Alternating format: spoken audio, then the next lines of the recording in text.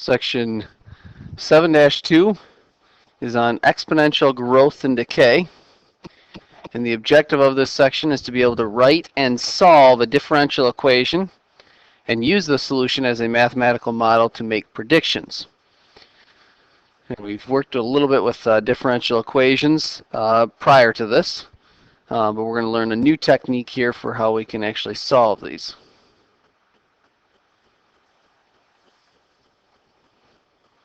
All right, first of all, what is a differential equation? A differential equation is an equation that contains the derivative of a function and the function. So it contains the derivative of the function as well as the function. So for example, let's say we have a function called p. P of t would be our original function. So you can see p is in the equation. And then its derivative, dp dt, is also in this equation. Okay? So it's got the original function as well as its derivative in the equation. Now, the way that we solve a differential equation, or what we call the solution to a differential equation, is the function whose derivative is the differential equation. So the original problem involved both the derivative and the original function. We're trying to write an equation that contains only the original function, get rid of the derivative, so that when I take the derivative of it, I end up with the differential equation. So for example, you might end up with P of t is equal to c times e raised to the kt, which actually is the solution to that differential equation that we just saw. In fact, we're working with exponential functions in this section, and so all of our exponential functions actually will have, or all of our differential equations will have a solution that looks like this, because all the differential equations that we start with will start out in this form here. Okay? So let's take a look at an example, and it will kind of illustrate this process here for us. Example 1 there says, the population of the little town of Scorpion Gulch is now 1,000 people. The population is presently growing at about 5% per year. Write a differential equation that expresses this fact. Solve it to find an equation that expresses population as a function of time. All right. So the first thing we're going to do is define the variables that we're going to use in this thing. And so we're going to say that P is the population. And if there are units that go along with it, then include those here when you do this. But this is just going to be in people. So if you want to add that on there, you can. Sometimes you count in thousands or millions of people, whatever the case may be, and definitely indicate that if it's appropriate. And we're also talking about how much time has passed here. It says the population is presently growing at 5%. Solve it to find an equation that expresses population as a function of time. So t is our time, and basically for many of these problems, that's what we're going to use. We'll use sub y for some of them, but we'll use time as well. And we're measuring time in this case in years. Again, indicate units there just to help you with the solution there at the end. You know what units you have. All right, so these are our two variables that are going to make up our equation. So the first thing we need to do is write a differential equation that expresses the fact that the population, it says, is presently growing at about 5% per year. So if we look at the rate of change of population, which is what they're talking about here, we would say that dp dt is equal to, that's the rate at which the population is growing presently. It says it's about 5% per year. So in other words, it gains 5% of whatever my current population is. So if I take 0.05 and multiply it by my current population, that will give me my rate at which the population is growing, dp dt. Okay? So this right here is what we call our differential equation. I'm just going to write that off to the side here.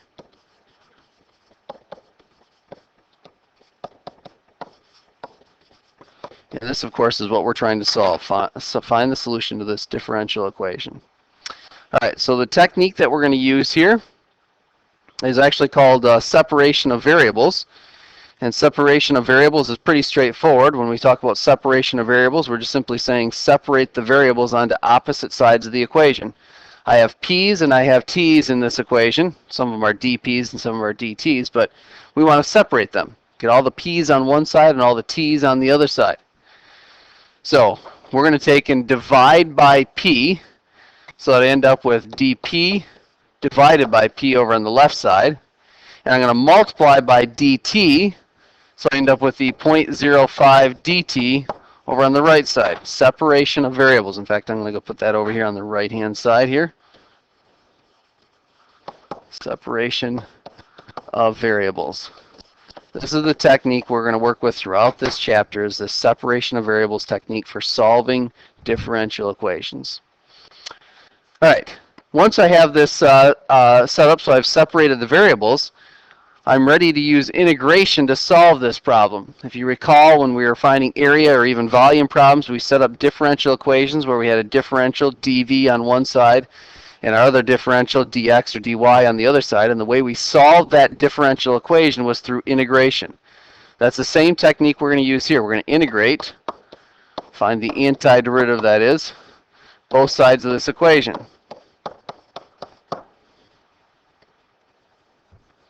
Integration is what gets rid of my differentials. That's what I'm trying to do. All right, so now on the left-hand side here, the antiderivative of dp over p, we know that. We just learned that in the last chapter. That's the natural log of the absolute value of p. And of course, when I integrate, I get a constant. And that's equal to, on the right-hand side, it's just the antiderivative of a constant, which the antiderivative of a constant is just your constant times your variable. It's dt, so my variable is t. And of course, I get a constant on this side as well. And since these are different constants, let me call this c1 over on the left side, and we'll call this c2 over on the right side. All right, our goal here is to find out what function p is equal to as a function of time. Population is a function of time. So we're trying to solve for p. And basically, it's going to require a couple of steps to get to that point. Let's first move that constant c1 over to the other side.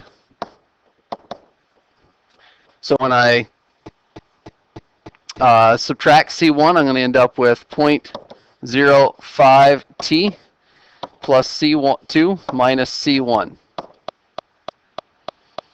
And actually, this guy right here, c2 minus c1, that's just some constant. I don't know what c1 is, I don't know what c2 is, and I don't know what the difference is, but it's just some number. So I'm going to actually think about combining these two, and we're just going to say we're going to let c3 equal c2 minus c1. So I'm going to give that a new name there, all right? And I'll do that in the next step here as I go. So we're going to write this as the natural log of the absolute value of p is equal to 0.05 t plus c3. In fact, this is going to happen every single time that when I do this integration, I'm always going to end up with a c1 on one side, a c2 on the other side. I'm going to then combine the two and give them a new name. So for this example, we set it up this way. But from now on, we're just going to put the constant over on the right-hand side and deal with it from there. There's no reason to separate these and then end up combining them like we just did. All right. Let's continue solving for p. So to solve for p, we exponentiate both sides to base e. So we're going to have e to the natural log of the absolute value of p is equal to e to the 0.05 t plus c, or plus c3. You can also think of this as using the definition of logs to solve this. We'll give you the same result. But over here on the left-hand side, the reason for using logs and exponentials together is because these two guys together here cancel each other out. They're inverses of each other, so e to the natural log cancels out to give you the absolute value of p on the left side, and that's equal to, I'm going to go ahead and separate this on the right-hand side. I can rewrite this as e to the 0.05 t times e to the c3. Remember, if you have the same base there and you're multiplying these two powers, you just add the exponents. And that's what we start out with. Okay, so I'm going to rewrite what the absolute value of p is equal to. If you recall, The absolute value of P, I'll write it over on the other over to the side here, just so you see what the definition of it is. But the absolute value of P, remember, is equal to this piecewise function. It's either P, and that's if P is greater than or equal to 0, or it's the opposite of P if P is less than 0. In other words, you get a plus or a minus P. It's either positive P or the opposite of P is what we end up with. So I'm going to replace the absolute value of P there with that definition, except I'm going to put the plus or minus on the other side here. I'm going to write it this way, that P is equal to either plus or minus. It's not both. Absolute value doesn't say you get two. It's a function, so it doesn't say you get two values out of it, but it's either one or the other. Now I'm going to put e to the c3 out front here, actually, e to the c3, since that's just some constant here for us, times e to the 0.05t. Now again, I don't know what c3 is. I don't know what e to the c3 is. In fact, I don't know what plus or minus that value is, so I'm going to just simply take this value like I did before and give it a new name. We're going to say let c4 equal e plus or minus e to the c3. Now you don't necessarily have to write that down every time. It should be clear in your steps that you're doing that substitution like that, but if you feel like you need to clearly define what you're doing, then go ahead and do so. So I can replace the plus or minus e to the c3 as c4 times e to the 0.05t. And there's our solution to this differential equation. In fact, this is what we call the general solution.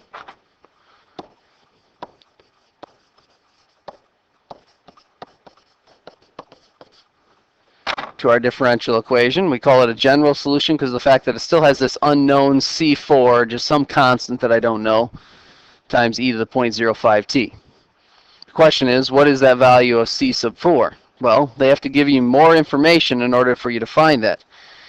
And if you look at the problem again carefully, it says the population of the little town of Scorpion Gulch is now, that's the key, now, time equals 0, 1,000 people. So they're telling you when time is 0, that P is equal to 1,000. So let's write that down. T equals 0, P is equal to 1,000. In fact, this guy here is called our initial condition.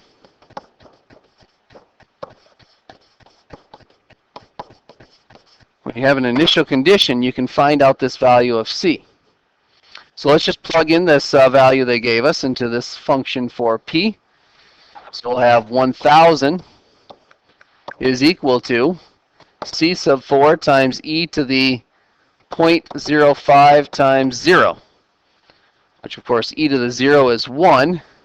So we end up with 1,000 is equal to C sub 4. So there's our value of C. So let's rewrite what P is equal to then.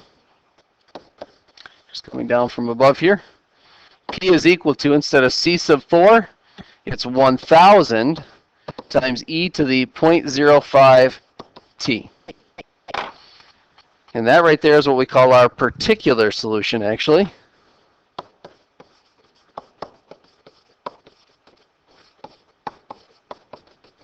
We call it the particular solution because now I actually know the solution to this one specific differential equation.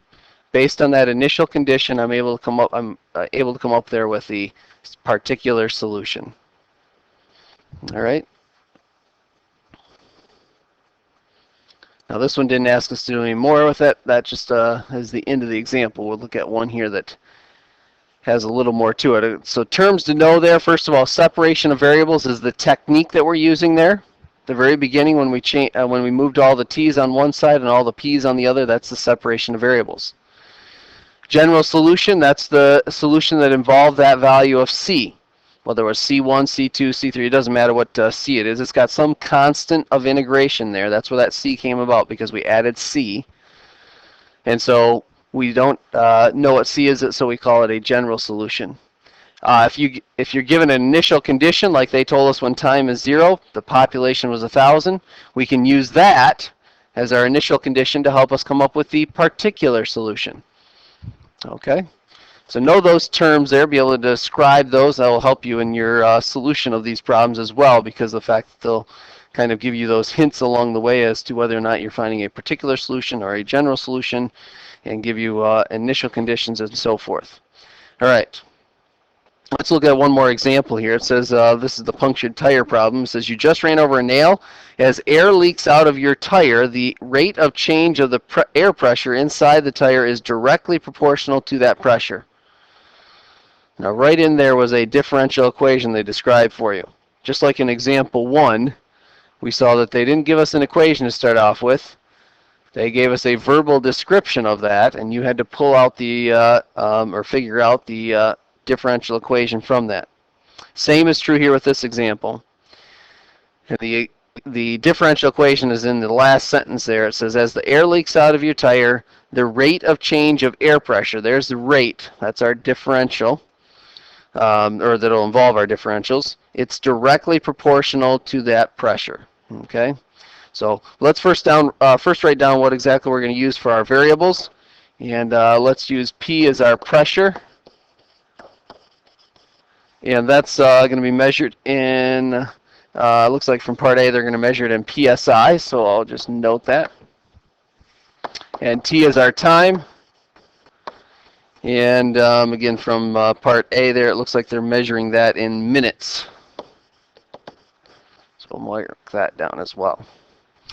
All right, so for part A, it says to write a differential equation that states this fact. Evaluate the proportionality constant if at time 0 the pressure is 35 psi and decreasing at about 0.28 psi per minute. So again, let's write down what the differential equation was. As air leaks out of your tire, it says the rate of change of air pressure. Rate of change of air pressure is dP dt. It says it's directly proportional, directly meaning that you are multiplying by something. Proportional means there's some constant, we'll call that K. Directly proportional to the pressure. So it's equal to some constant, that's the proportional part, times, that's the directly part, that pressure, P. There's our differential equation. By the way, notice this is the same form that our last problem started out with as far as the differential equation. It was equal to your derivative, dP dt, was equal to some constant times P. The T and P can change, obviously, throughout the problems that you'll do.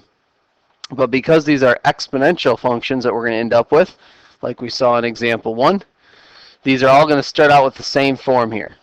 Okay, the key is to be able to go through this process every single time to come up with your differential equation. The nice thing about these ones is you're going to start out with the same type of differential equation every time, and you'll end up with the same solution as far as the type of function you end up with. That's only going to be the case in this section, in this chapter. In the next section, it's going to change. It's going to be extremely important that you understand the process we're about to go through with this separation of variables. All right, so write a differential equation that states this fact and evaluate the proportionality constant by noting that at time 0 the pressure is 35 psi and decreasing at 0.28 psi per minute. So let's just write down what they're telling us there. This is in essence their initial condition here. The first thing they tell us is that at time equals 0, t equals 0, which notice that my differential equation does not have that in there, so that's not going to be any use to me right now. That'll come into play later. It says that the pressure is 35 psi, so that's P equals 35. That we have in our equation, so we can plug that in. And it's decreasing at a rate of 0.28 psi per minute. So that's the dP dt. And it's equal to 0.28. Not only that, but it says it's decreasing at that rate, so that means we got a negative 0.28 actually. So let's plug that in and find out what K is equal to. So we'd have negative 0.28 is equal to some constant times P, which is 35. And to solve for K, just divide by the 35, so you got a negative 0.28 divided by 35. So let's see what we end up with here. If we take a negative 0.28 divided by 35, we get a negative 0.008. That's not too bad. Is our value for K. So let's rewrite what our differential equation is then. We had dP dt My board froze here, just a minute. We have dp dt is equal to, that was our value of k here, was the negative 0.008 times p. There's our differential equation. That's part A. Part B says now to solve the differential equation subject to the initial condition given in part A. So we've already written down our initial condition, but we're going to use that in part B here as we solve this.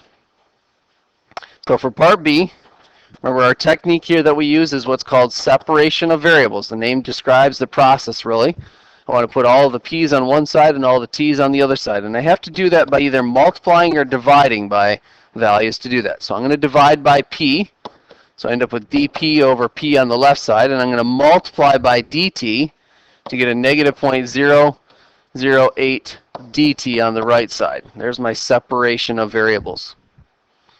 Now the next step of this is to integrate both sides of this. The integral of dp over p is equal to the integral of a negative 0.008 dt.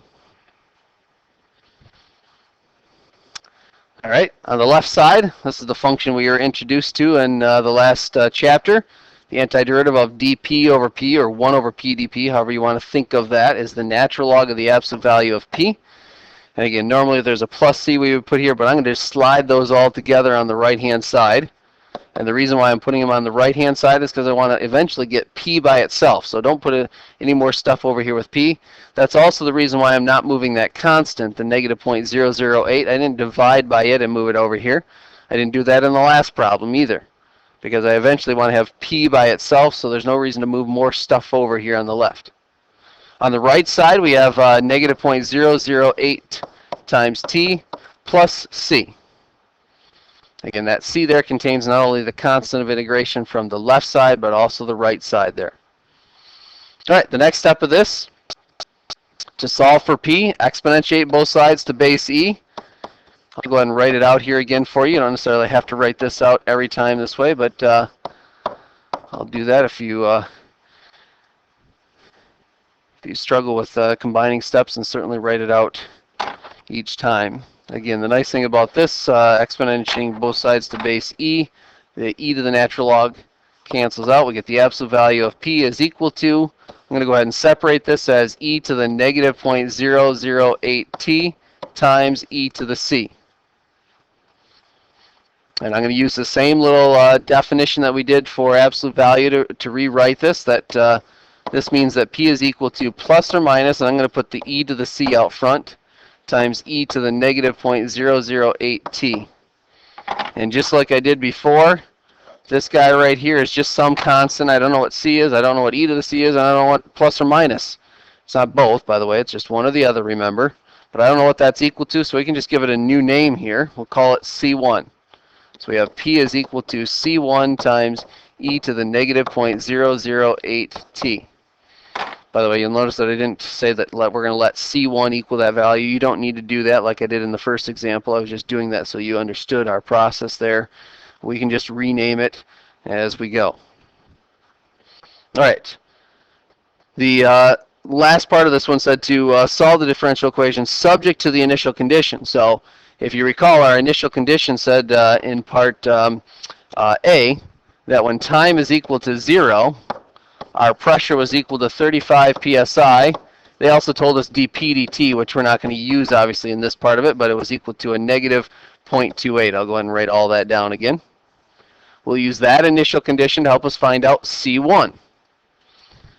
So I know that when time is 0, that my pressure is 35. So I have 35 is equal to c1 times e to the negative 0.008 times 0. Notice, by the way, plugging in 0 into these is pretty nice. E to the 0 is 1, so we get 35 is equal to c sub 1. So those are real nice when you get to plug in 0. If you don't, then you just got a little more work on your hand there, but you can still solve for what c1 equals. So here's our equation then. We end up with p is equal to, in fact, I'm going to write it in a function notation here actually. I'm going to write it as p of t. You don't have to write it that way, but I'm going to go ahead and do it here in this one. Is equal to 35 times e to the negative 0.008t. That right there is our differential equation, the solution to our differential equation. All right, now part C says to sketch the graph of the function, show its behavior a long time after the tire is punctured. All right, so let's go ahead and graph this function. Switch out of here and over to our calculator. Just slide that up so I can see my equation. And here we go. 35 times e raised to the negative 0.008 t, or x, is what we're going to have to put in there. And let's set up a window here that makes a little more sense. We're talking about this punctured tire, so I guess it probably doesn't make sense to use negative values there for time. So let's start this out at 0 for our x's. And I'm not sure how much time we need to have elapsed before our tire is going to go flat, or before we have no air left there. But let's go out for let's say 100 minutes. Remember, x is our time in minutes there. We'll set a scale of 10. And for our y values, y is measuring the amount of pressure. Now we know that at time 0 they told us that our pressure was 35 psi, and it should not drop below 30 or below 0. So I think a window from 0 to 35 would be a decent window for us to look at. So let's take a look at the graph there. And you can see the pressure is slowly dropping there. In fact, I guess probably going out to 100 minutes was not the best window here to use. In fact, I'm going to change that slightly. Let's double that and see how that does for us. I might need to even go out further. There we go. It's dropping down there. You could obviously keep going out further if you wanted to get a better sketch of this thing, but you'll see that it hugs the x-axis as you go further and further out. It gets closer and closer to a pressure of 0 psi. All right, part D, it says, what will the pressure be 10 minutes after the tire was punctured? All right, so now that we've got an equation, unlike the last example that we did, but now that we got an equation, they're going to ask us to evaluate that equation at different points or set it equal to different values. So in this one, they said what happens, or how much pressure is there 10 minutes after it was punctured. So basically, they're telling us time is 0, so they want us to find out what P of 10 is equal to. So let's go to our calculator and punch that in. You already got a graph of this. You could jump to your table, I guess, if you wanted to, but I'm going to just trace this to 10 to get our value. 32.309. 32.309. And remember that that's in PSI. So put our units on that thing. PSI. All right, take a look at the last part of this one. Part E says the car is safe to drive as long as the tire pressure is 12 psi or greater. How long after the puncture will the car be safe to drive?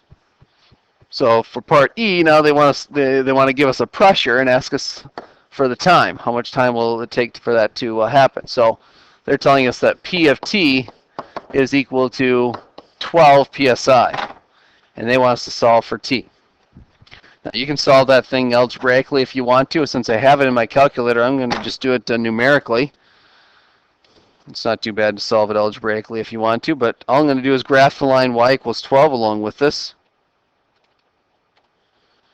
And right there is the point we're looking for, right at that intersection. So if you go to second calc and we can find the intersection, give it your first curve, your second curve, and give it a guess there.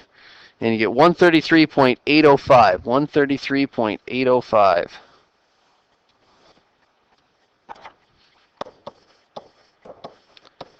And that's in minutes. So it takes 133 minutes. That's a little more than 2 hours. 120 minutes would be 2 hours. 133 minutes before it finally drops to 12 psi. All right. Those are the types of problems that you're going to deal with. Again, the process of separation by variables here is the key. Make sure you understand that process and make sure you go through that process every single time for each one of these problems. Even though, since these are all exponential growth and decay, every single time we know that we're going to start out with a differential equation that looks something like this. dp dt is equal to some constant times p. And your solution when you get done is always going to end up with something like this right here, that P of t is equal to 35 times e to the negative 0.008 t. Still go through that process every single time. That's the key to this whole thing. Make sure you understand that.